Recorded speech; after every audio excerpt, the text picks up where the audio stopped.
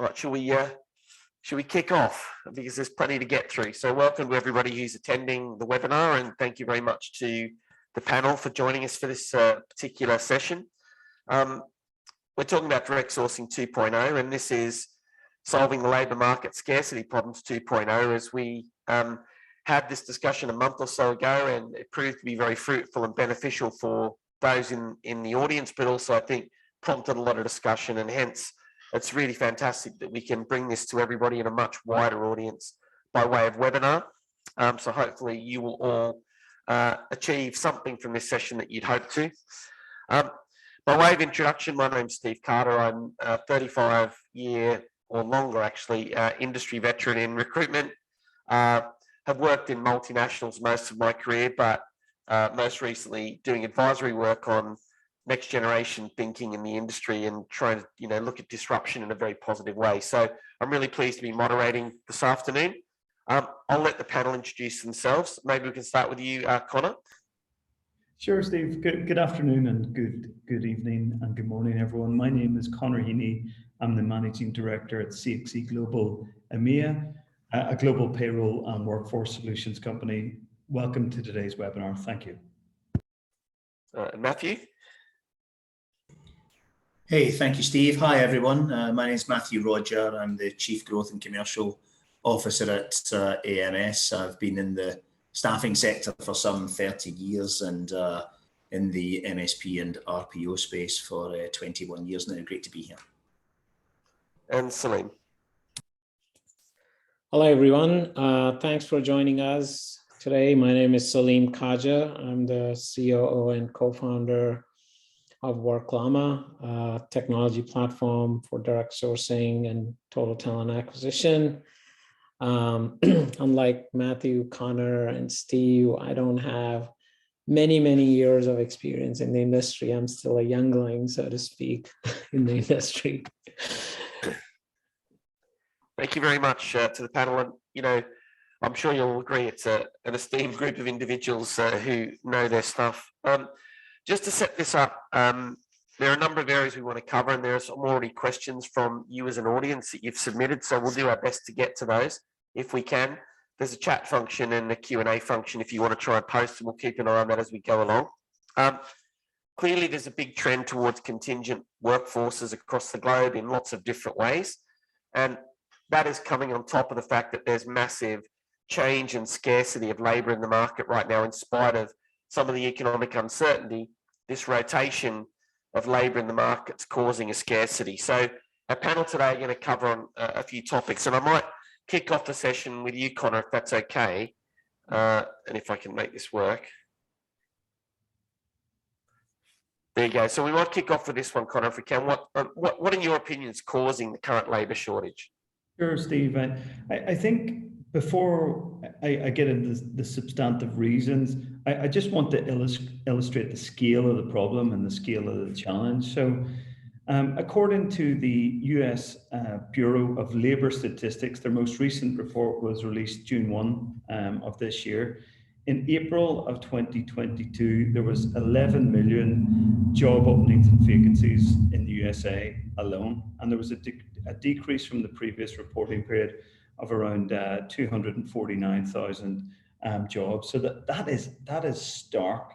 And according to some labour market economists, there will be an 85 million labour shortfall in the globe by 2030. So in 8 years, we're looking at a very, very challenging time. And of course, it's a very challenging time at the moment. But like I said, when we met back at SIA in May, this is not the first time we've seen this problem as a sector, as an industry. We go through these hiring super cycles, we go through these retrenchments, and unfortunately some will win and some will lose. But I think if we look at the reasons behind it, I don't think we can avoid COVID. And this sounds like a horrible or blunt thing to say, but COVID has really affected the size of the labour force in 3 ways. So the first is, unfortunately, we lost 6 million people globally, according to the World Health Organization. So that was 6 million people that unfortunately died during the course of the pandemic. So some of those people were active in the labour force and labour market, and of course, they're not now. The second impact of COVID relates to long COVID and people becoming displaced from the workforce as a result. And the third factor relates to mental health. And I was looking at some statistics from the UK's Office of National Statistics. There was a lot of statistics today, and it's very difficult for me to say it. But if we look at the period February 2020 to November 2021, around 400,000 employees left the UK labour force. And out of that labour force, out of that 400,000, around 50% of those that left cited mental health reasons. So that's a significant problem.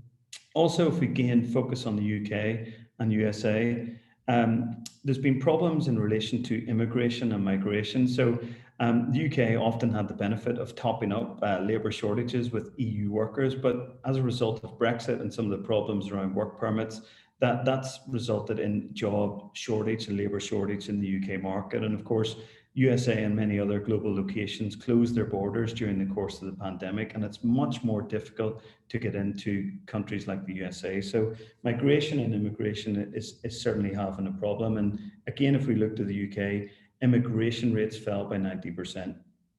Also, I think what the COVID pandemic has shown is that workers have choice, and they might not necessarily want to do the same jobs that we're doing prior to the pandemic. And I look at the hospitality sector as a really good case in point. People no longer want to work evenings, weekends, unsocial hours, and that's resulted in a lot of displacement in the hospitality sector. And many hospitality organizations are still struggling to get staff or employees back into their businesses. So I think that the last point on this is probably an obvious one to our audience today, but it's really around demographics and also an aging population. So again, look into the USA, around 10,000 people per day have hit the age of 65. Now, I still think I'll be working at 65, unfortunately, but that is the threshold in many cases for retirement. So that's having an impact, that level of retirement and that demographic shift is having an impact on the labour market. And my own personal prediction is that we'll see a lot of retirees coming back into the labour force, either on a part-time consulting or gig type basis. But again, looking at statistics,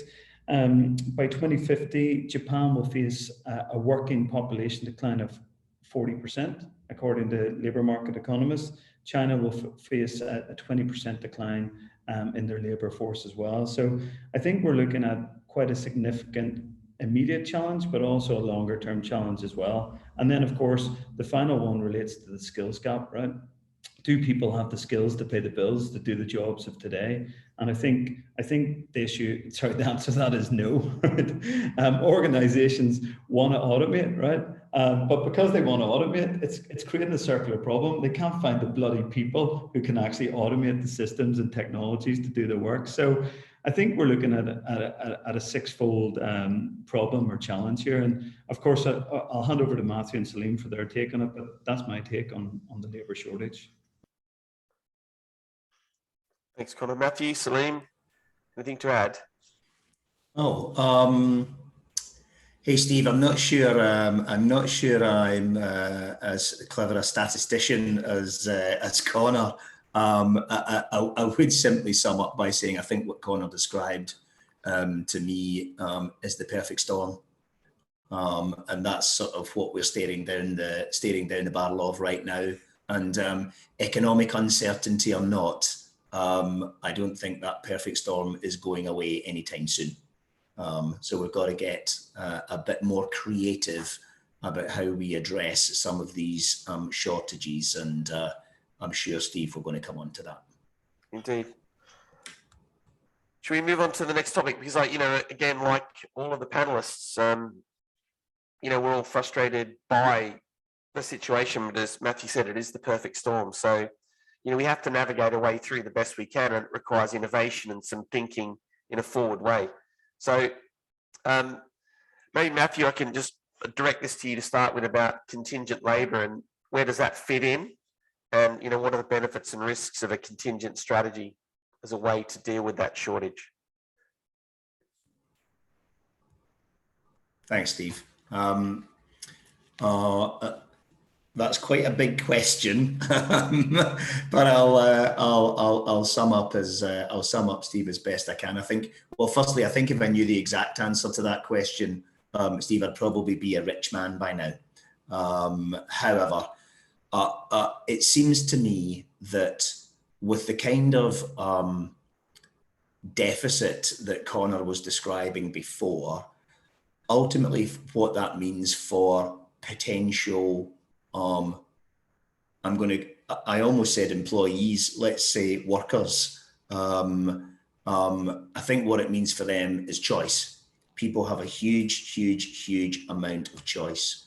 And the power, in my opinion, most definitely sits with the worker.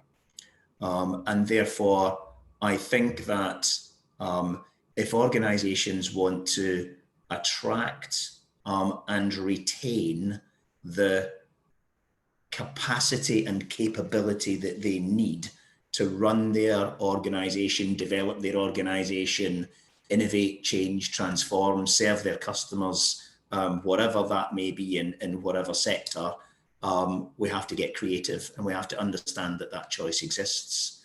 So I think for me, what that probably means, Steve, is ensuring that we have suitable facilities, processes, systems, methodologies, models that allow that choice to exist, that recognize that that choice exists, that embrace that choice, and encourage people to join our organization in a way that's convenient, comfortable, and fits with the aspirations of the worker. So we've got to get flexible, and I think that's the only way that organizations will stand any chance of being able to attract and retain the quantity and capability of talent that they need. Excellent. Does this, to any of the panel, does this challenge the notion of a career versus a job? So, the migration to tasks or gigs or borderless employment, where it doesn't matter where the work gets done as long as the work gets done. Is that something that's going to become, the future of work? Yeah. You know, Steve, I'm not sure I'm not sure it challenges the concept of career, but I think career probably becomes a much more personalized thing. I think it becomes very personalized to the worker rather than having a career with one organization. I think the personalized take on that might be that the individual really is the owner of their career, and that they may have many roles, many jobs wrapped up into that career. And I'm not necessarily saying that's the portfolio effect. I'm not saying that all of these roles run concurrently. They may run consecutively, but I do think, Steve, it puts the individual in a position where they can really personalize that career to suit themselves. Which in itself is exciting. Sorry, Connor, after you. Yeah, no, I love Matthew's point around personalization. I think that's the way the world is going generally now anyway. If you think about your banking app or when you last engaged with a company, it's really all about you. And I think that personalization and that employee or contractor value proposition, how can we make that organization relevant to that person, that worker, that contingent worker? How can we make that company of interest to them? But if you don't mind, Steve, I know I had a hand in drafting some of these questions in this one in particular, but I might reframe it, if that's okay. And I was thinking about reframing it because I think the benefits of contingent labour are well known. Mathew spoke very eloquently about those when we met at SIA back in May. That move from OpEx of employees, that fixed cost model to a variable cost model, and I think the benefits of that are clear and fully understood, at least for our audience, but also that access to talent and the flexibility piece and that access to niche talent. I think there's clear benefits. But if I was to reframe the question somewhat, I'd be thinking around the lines of, where does direct sourcing and talent pool building, whether it's internal or external, fit into an organizational an organization's strategy in terms of solving the war for talent or the labor scarcity problem. And I think the starting point in that journey is to look internally within your organization, right? Because I think we've all worked in organizations where we might have loved the organization, we might have loved the culture, but we might have hated our boss, or our boss might have hated us, present company excluded, of course. So, I suppose the point I'm trying to make there is that we need to be able to build internal talent pools to allow internal mobility, to allow people to pick up new skills, new roles in that personalized way. And I think from my perspective, there's really three questions that organizations should ask themselves. The first is, why the hell are people leaving, right? And then two, what can we do to prevent this? And then three, do we have an internal talent pool that is attractive to our internal workers? Do they know what programs, projects, transition, transformation, what the hell's going on, and what is the impact on that and career opportunity within their organizations? And does their organization have a really clear resource demand plan to marry up that supply with internal capacity within the organization? And how can those organizations get all their employees into their internal talent pool so they can start doing auto curation, profiling, matching opportunity with desired opportunity, personalization, and skill set. So from my perspective, that's really important, that internal piece. And then the second piece is, if you can crack that, well then how the hell as an organization do we go external using direct sourcing or contingent RPO or RPO? So from my perspective, that's how I'd like to reframe the question. But listen, I'm only one person. What's your take on it, Saleem and Mathew? Yeah, I think, one of the things that has driven, I'll speak from, a technology solution provider standpoint, right? One of the big drivers for all the interest that exists in internal talent marketplace tools has to do with people not having something that's easy to use and access internal opportunities, right? I was talking to a Gartner analyst yesterday, and, we were talking about why is there so much interest in internal talent marketplace. One is a lot of people leave because they just don't know how to find an opportunity within their organization, right? It's as simple as that, So yeah, there's definite value in leveraging your existing permanent talent within your organization to help build your contingent talent, right? Use them as a source for building your contingent talent community, so to speak, be it through referrals or themselves wanting to have a flexible option as opposed to being on a permanent role within your organization, right? So yeah, there's a huge case to be made for that internal talent marketplace. Just one thing, before I hand it to Matthew to talk about the internal talent marketplace is just from, how does contingent labor fit into the labor shortage? I think it's very simple, right? If you have two organizations that are competing for contingent talent and one organization is mature and comfortable employing anyone anywhere, because these days the boundaries of where someone does work doesn't exist, then the person who's giving that flexibility is always going to win, right? So that's how you'd fit. If talent has a preference to work in a more flexible work arrangement, right? And that's where everyone is trying to shift to, then the answers become pretty obvious on where contingent labor fits in this day and age, right?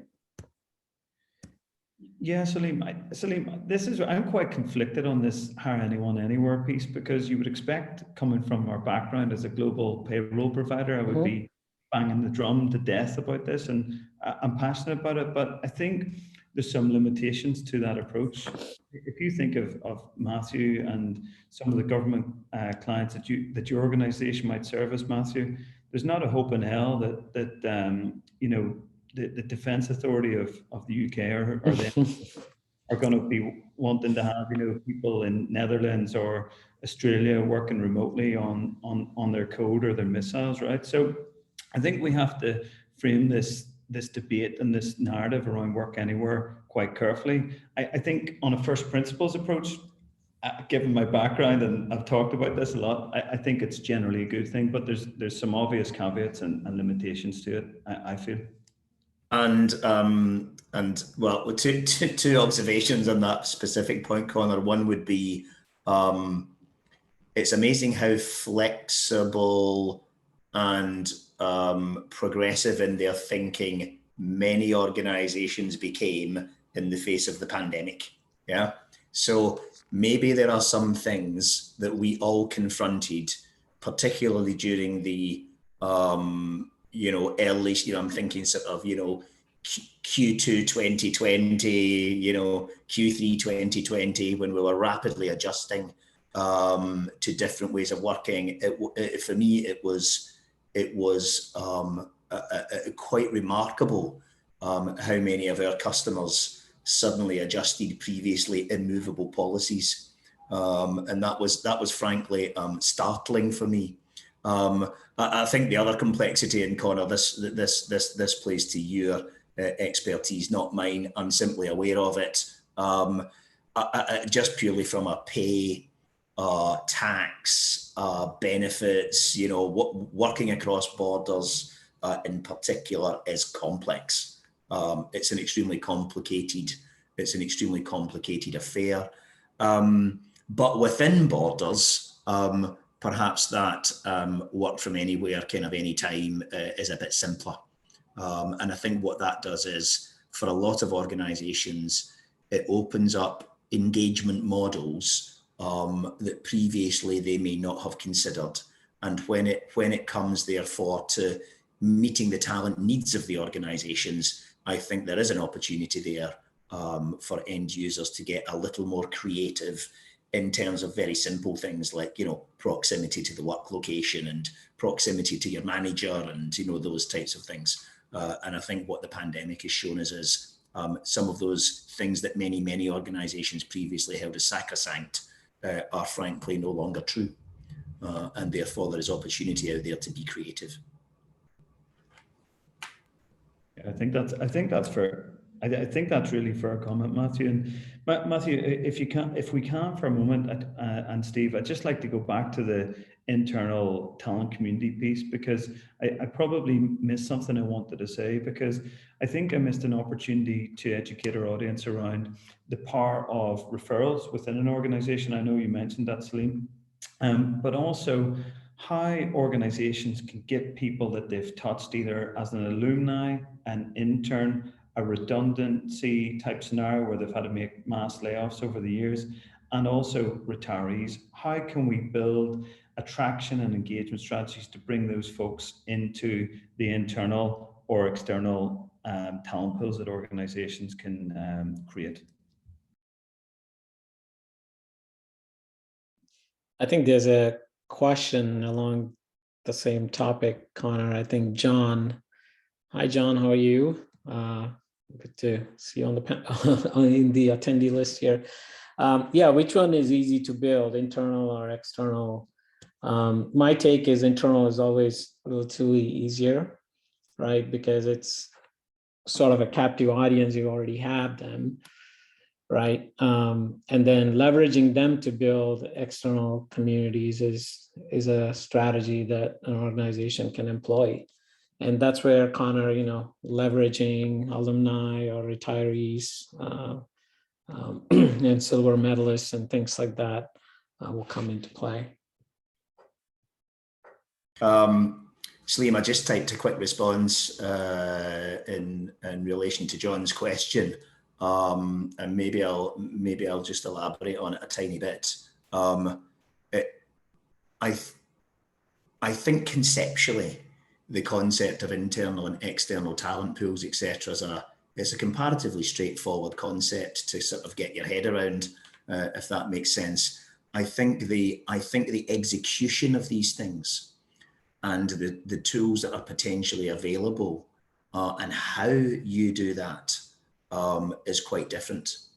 Now, and the reason I say that is, even when I think of some of the best professional services firms that I've engaged with over the past 20 years or so, just maintaining and tracking some kind of skills or capability kind of inventory, bearing in mind, professional services firm, people are their core asset, aren't they? I'm sure that's true of every organisation, but you get my point. The vast majority of individuals in these firms are revenue generators. They are the knowledge that is sold to customers. Just trying to find a way of maintaining, staying abreast, keeping track, managing that huge amount of data on existing employees is frankly a minefield of a never-ending roller coaster that you never quite catch up with. And when you add to that the dynamic of everything that may be available in the external market and how you classify, select, assess, talent pool, probably a bit easier with things like retirees and alumni, and maybe even things like silver medalists who almost got a role but didn't quite get a role but were a great cultural fit, and in your heart you know that they could fit within your organisation someday soon. But I do think it's a huge task. I'm not confident that the tools that are out there, and particularly when I think about the enterprise applications that most organisations use, I won't name them, but I'm sure we all know the 3 or 4 applications that I'm thinking about. They're just not very good at that thing. And so I think we have an environment where we need specialised tools, where we need specialised processes and mechanisms. And we need to recognise that these things don't just happen by magic. You have to put a heck of a lot of thought, labour, knowledge, tools, change management, which I'm sure in really managing talent pools is almost never ending. I think there's a huge cultural implication of that type of program as well. It takes a huge amount of effort. It doesn't happen by itself. And I'm absolutely certain, as I said, that the enterprise applications that are out there really don't do it very well. So you've got to be prepared to invest in some adjacent tools. Yeah, I think Mathew, that's a great point. And I know John Heaney well from our engagements over the years, and particularly from John's work with Open Assembly and Centre for Transformational Work. John, if you're able to speak as an attendee, have you seen anything out there that's really blown your mind from an internal or external talent pool perspective or open talent approach?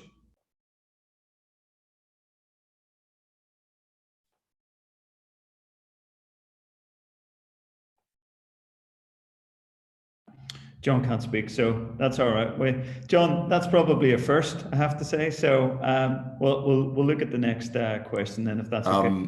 Connor, John's raised a great point here, which is a real cultural one that I love, because it's around, in talent mobility, who are the winners and who are the losers. Internally, who is the manager who's giving up potentially one of their best employees and allowing them to move freely to another manager within the organisation who's potentially the winner and gaining one of their best employees. And that, I think John's absolutely right. That is a huge cultural conundrum. The only thing I would proffer around that is, I think being in a position to align people behind a common purpose is extremely important. And if you want to drive cultural change, having people aligned behind that purpose is imperative, and being able to clearly communicate that purpose is imperative, and being able to articulate the benefits of that purpose, I think, is also imperative. And if that purpose, for example, is we as an organisation must retain our best talent, and we must retain that talent within our organisation for the greater organisational good, then I would like to think that the manager who's potentially the loser in that scenario is actually doing a great thing, because they're helping the organisation to retain its best talent, and that's for the greater organisational good, and culturally that should be celebrated. Yeah, I love Yeah, John. absolutely. Yeah, Matthew, what you said is absolutely right. And that's another thing that we were discussing when we talked about internal talent marketplace yesterday. That's one of the big objections that you have to it, right? Hey, I've groomed and trained somebody and I have to let them go to another team. And that's usually a big objection you get. But then I think the way to look at it is, would you rather let them stay in your organization and contribute towards your success versus leave because you're just not letting them internally transition to another place where they can continue to add value to the organization? So, yeah. Yeah, guys, I think both your points there are spot on, Matthew. That mission, that sense of purpose, and breaking those silos down so that everyone's one team, one dream behind it. I think that might help. And of course, you know, it's very idealistic and easy of me to say, well, sure, let's bloody make sure that everyone's mobile within the organization. Probably the actuality of that happening in every organization is going to be quite difficult. So I agree with both your points there. Guys, we've got a great question that's come in from Ashley. And her question is as follows. When it comes to direct sourcing, who's not in the room, who should be? Who are the key stakeholders inside progressive organizations who are seeing successes from embracing direct sourcing models? Is that group of key stakeholders growing or changing? So Matthew, Saleem, over to you guys. Whoever wants to go first. Hey, when did you become the question master? I thought you were participating in this dialogue.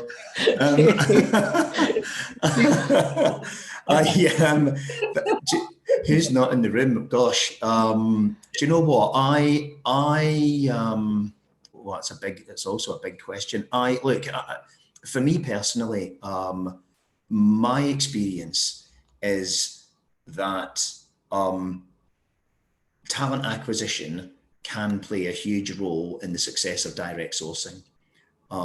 The challenge is, in many organizations, talent acquisition are only actually accountable for the employment of new employees and not necessarily the engagement of many other workers. That is, I think, where the progressive nature of what we might be discussing really comes into play from an organizational design perspective, and maybe from some internal political barriers perspective.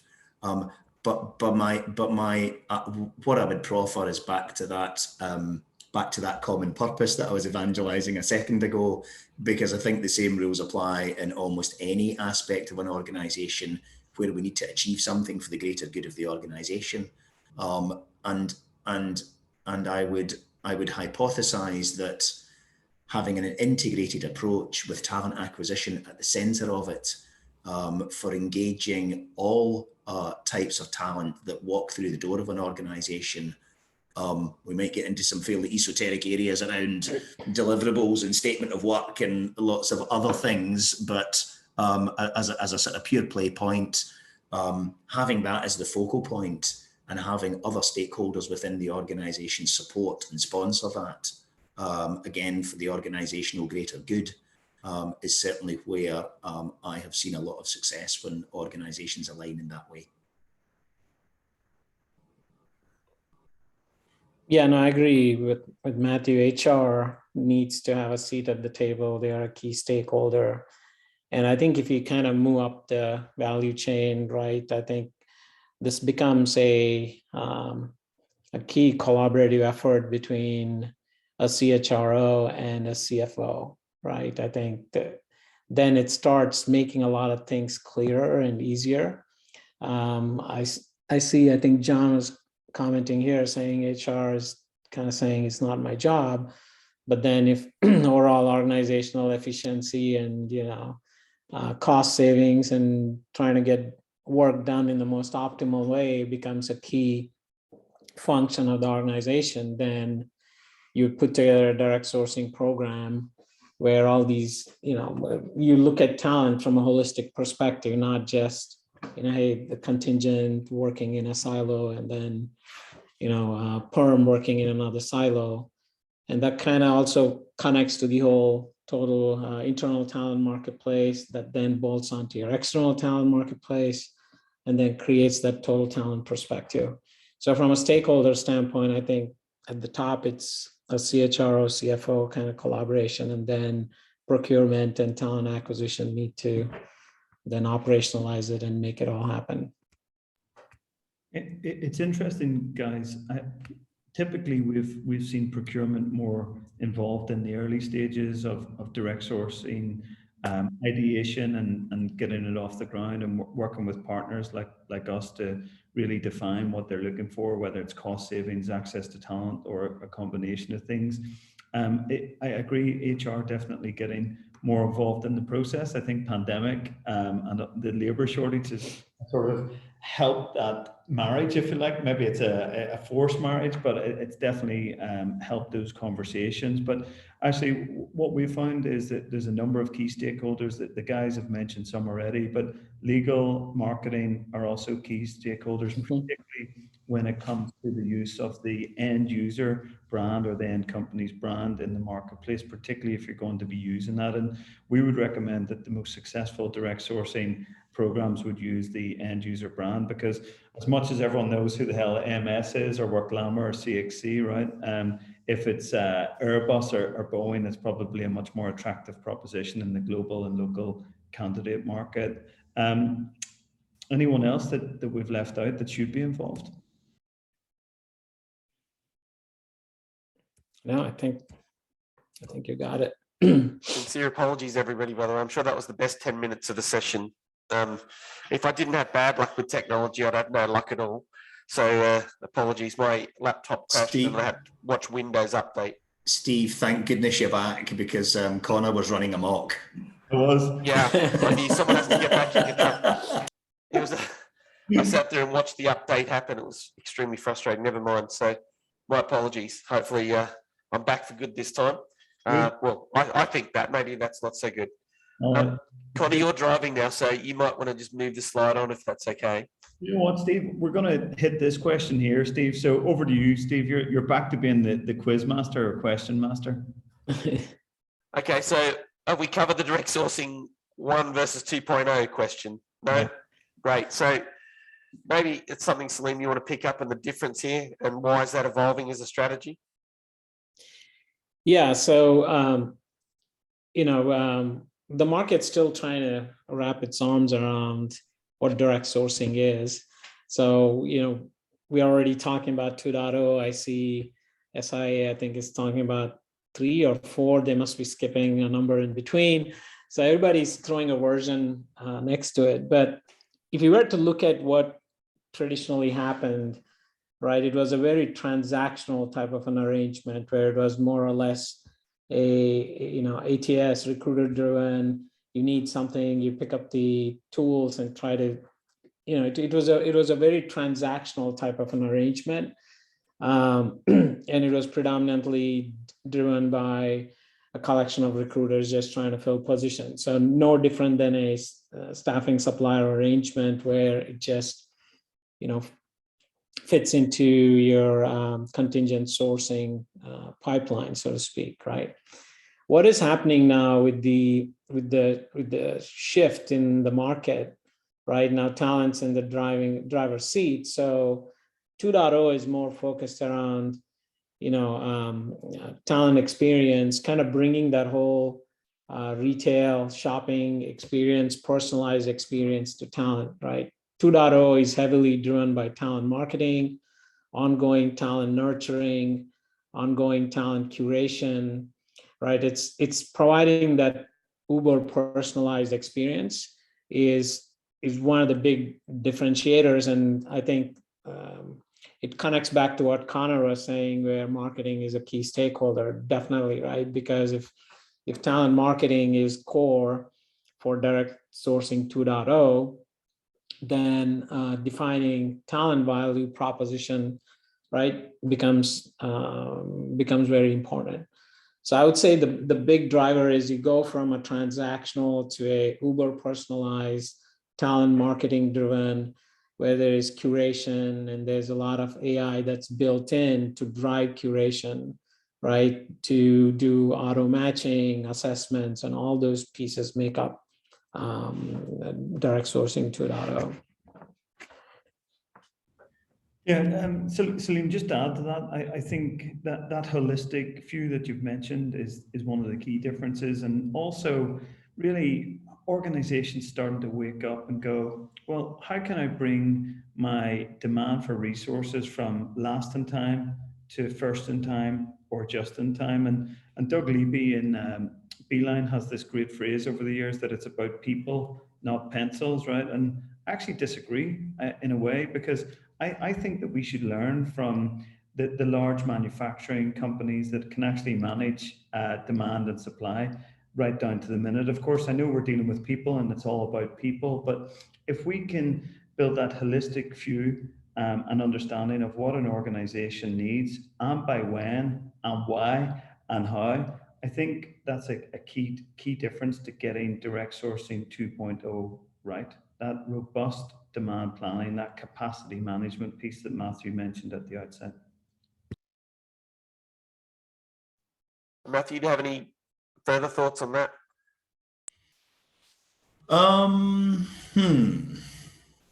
Well,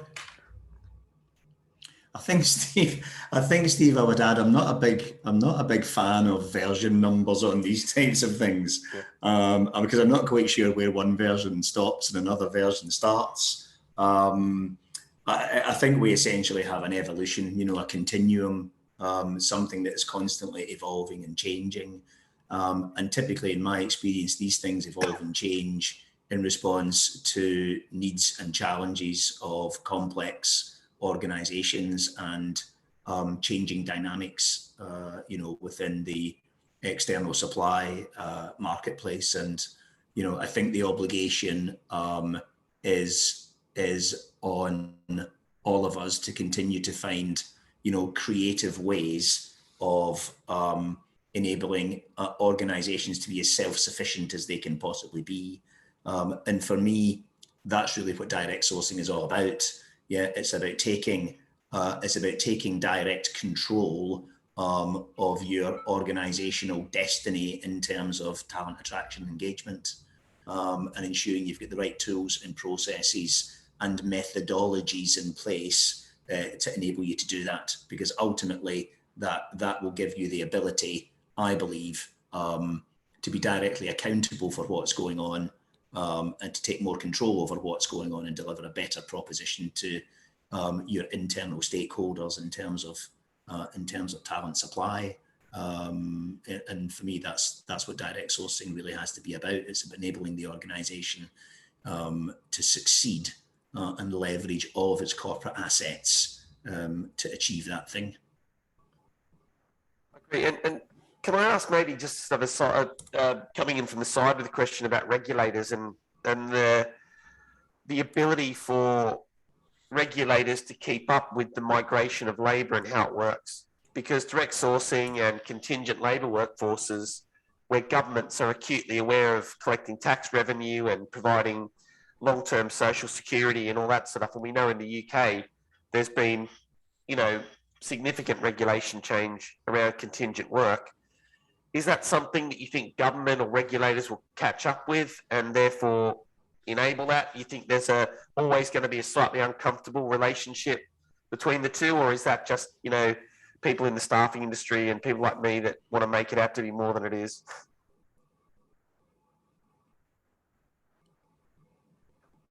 I might jump in there if that's okay, Steve. So Sure.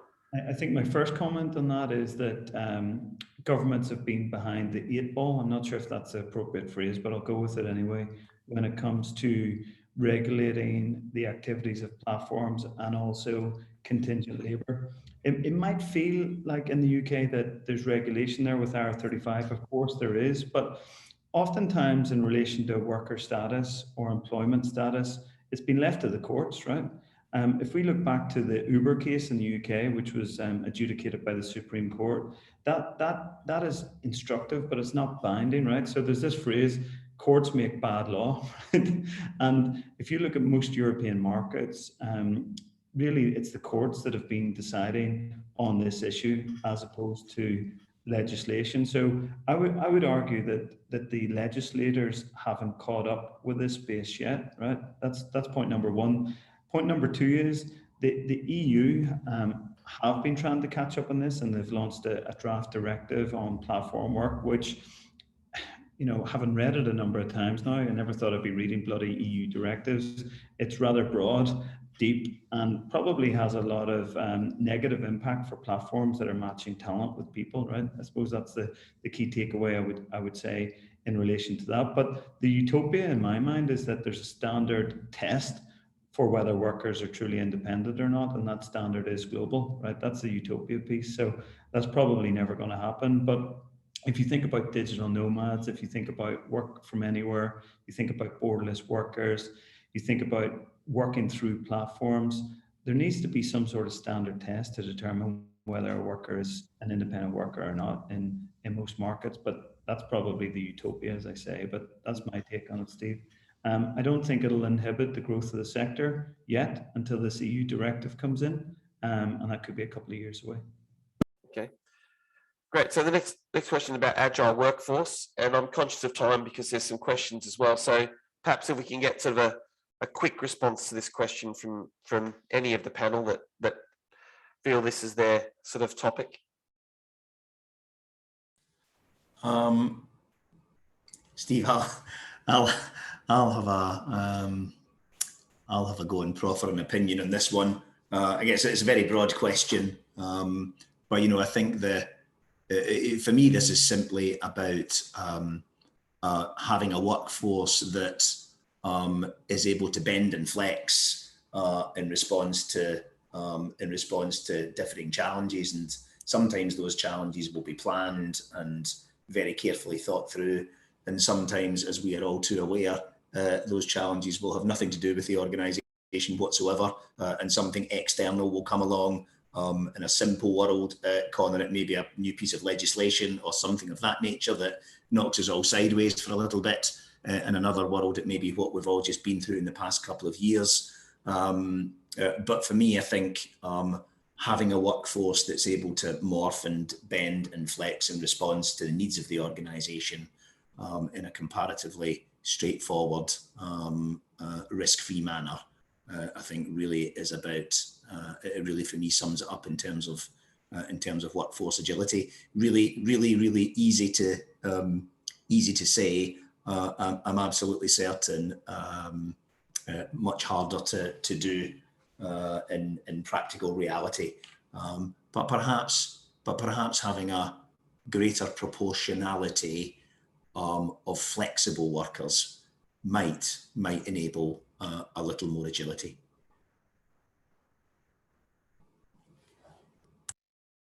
Yeah, thanks, Matthew. Anyone want to add to that? Otherwise, I think it might be a good time to move on to some of the questions. The last slide, if you can move forward kind of to the questions, because that's right. Okay, so the questions aren't on slides, but if I read them out, I might direct the first question to Saleem, if that's okay. Connor, you can go forward one slide. That's fine. So the question is, what's the right positioning to the business of direct sourcing as a proposition? Clients often struggle to articulate the value proposition of direct sourcing to the business, and they effectively make it quite a mundane sort of sounding process. I mean, what would your response to that be? Yeah, I think. Oh, go on, Saleem. I'm going to stop talking. That's fine. No, go ahead, Matthew. That's fine. No, Saleem, Steve directed it to you. I was just busily butting in. Go ahead. So, there are those obvious answers, right? Which is, hey, it's a low cost, high quality channel. But if you build on the previous question, it's an avenue that creates agile work. I mean, it makes an organization very agile in terms of how it responds to changing demands, where they have their own curated, nurtured talent, right? So, obviously cost, quality, and timely access would be the three obvious ones to talk about, right? The one that, we tend to talk about is, from a cost standpoint, one of the ways to look at it is think of it as a fixed margin regardless, or a fixed markup regardless of the type of roles or positions that you're trying to hire, as opposed to your traditional sourcing channels, right? And by the virtue of having this curated branded talent community, you can actually leverage that not just for your contingent workforce, but for your perm positions as well. So you can basically tap into that talent community for all type of work arrangements. So essentially, you have now set yourself to have a total talent acquisition channel for your organization, which gives you timely access to quality talent at the most optimal cost. And I think that's kind of the value prop that you talk about. Thanks, Saleem. Sorry, Matthew, did you want to add to that, or you have anything, to review on that? Because I think Yes. the next question is definitely up your street. So. Oh no, my enthusiasm got the better of me when I jumped in before. Apologies. Hey, no problem at all. Only, do you know what? If we have to articulate the value proposition in direct sourcing to internal stakeholders, I think for me, I would probably be starting with the kind of imagine a world where, and then there'd probably be quite a long list of things. So I'd probably, Steve, would be in a place that would say something like, imagine a world where you have a pool of workers who already have an affinity with your organization, who already identify with your values and your purpose and your reason for existence, a pool of workers who already want to work with you, a pool of workers who've already been pre-assessed as being capable of working with you, a pool of workers that you can have a direct communication with instead of going through some faceless intermediary, a pool of workers where you will know how they need to be rewarded, when they need to be rewarded, and what makes them tick. A pool of workers where you will know exactly where they are in the recruiting, assessment, offer management, onboarding and background screening process at any stage, and a pool of workers where you can be confident that they will actually turn up to start the assignment on the date that you expect them to start the assignment. And I think what I've probably just, and an operating model that's probably 15% more cost effective than a staffing agency model. And I think what I've probably summed up there is if Carlsberg did direct sourcing, then it would probably be a bit like that. Yeah, like, from my point of view, that Carlsberg model is that contingent workers still need to belong. And that's right. They need to belong to something, and therefore here's a channel or an opportunity to connect those people together and make them part of a community, so they have that level of belonging. Absolutely. And, they're not just random workers; they're people that form part of an organization and its culture, and they need to feel that value returned in terms of what they do. So, Definitely. Yeah, I couldn't agree with you more. The next question, Matthew, is probably right up your street in that it is, what does the next generation model look like for MSP and RPO? And I'm curious too, but you don't have to give us all the secret sauce from AMS, so we all know what's next. But what does that look like? Oh gosh, that is a question that we wrestle with internally at AMS on a very regular basis, Steve. Yeah. We actually call it staying ahead of the competition. Yeah. But you phrased it much more eloquently. Look, I think the reality is, and we've talked a little on this call about technology and tools and how they enable and change. I think for me, there's probably a couple of things going on. The technical advancements that are moving quickly out there now are vast, but they're also complicated and confusing. And so for me, I think probably the next generation of program takes advantage of all of those technical advancements and probably moves from an environment that is a very service-oriented model supported by technology to a technically advanced model supported by people. And I think that the roles that those people will be doing will actually be quite different.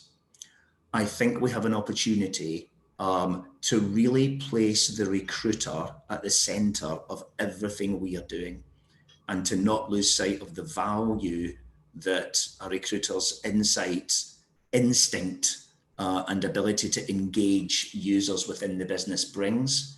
But I think there's also huge opportunities in things like insight and data. We have a plethora, there's so much data out there now to decipher that I can see roles and programs of a complex outsourcing nature really changing and evolving over the coming couple of years. But I think, Steve, the biggest pivot will be our ability to leverage technology. Not that I think technology will replace everything; it most definitely will not. But I do think we have a chance to harness that technology for good and create programs where the people that work within the program can focus much more on adding value to the hiring manager or the end user, and bring a heck of a lot more insight than we do today. Fantastic. And Saleem, you're our technologist. I mean, would you agree with that? Do you see that being the way forward? Yeah, I mean, it's, the key there is not to forget the human element, right? Like Matthew is saying, technology is there to create those efficiencies so people can do what they do best. Right? One of the questions that we get asked often is, hey, is your technology going to replace people? With talent acquisition and talent relationship management, it's relationship, there's still that human aspect to it, right? So how do you leverage technology to create that extra space and time so people can do what they do best, right?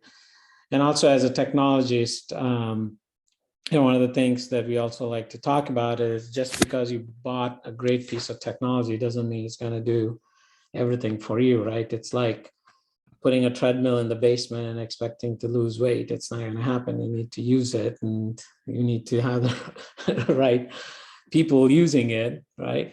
So I think the people element is important, and making sure we don't lose sight of talent acquisition still being a sales and marketing job is important. Sorry, Connor. Yeah, we've got a couple of minutes left, but your views on that. Yeah, no worries, mate. I was just waving goodbye to Matthew. I know he has a hard stop, but yeah, Steve, we as well as being a payroll company, we're also an MSP, and I must be honest, I'm quite concerned about the future of MSP as it is today on a general basis. My own personal prediction is that the MSPs will buy the platforms, or the platforms will buy the MSPs. And I think Matthew's point around technology taking the lead with that service layer around it is spot on. And I think if we think about the evolution of recruiting and staffing, it's really, in my mind, moving from being that broker or middle woman or middleman to be that talent advisory piece, that talent advisor. So I think technology has a huge role to play, but also that people piece. But as an MSP, and I know other MSPs are trying to build offensive and defensive positions by buying labor market platforms and talent platforms, but I'm concerned about the future for MSP as it stands today. On that bombshell, thanks, Connor. Thank you, everyone. I mean, time's against us, and I no doubt all of you can recognise some of these issues in their own right deserve their own session. And no doubt if we had everybody in a room, we would get into a lot more depth and a lot more spirited conversation around these types of things. So first of all, look, thank you very much to the panel for your time. Appreciate you giving that time up to come along and share your expertise and wisdom. Thank you for indulging me. Apologies for the fact that I went missing for about 10 minutes while Microsoft updated on my computer. I'm not the technologist, obviously. And yeah, look, thank you very much to everyone who's joined. And I believe there's been some links shared that you can access this webinar and share it with your communities, which I think hopefully will be beneficial. I'm sure. Please feel free to get in touch with any of the panel or the team, and we can answer any of the questions the best way we can. So thank you very much. Thank you. Thanks, everyone. Take care. Bye. Thank you, guys. Good. Goodbye.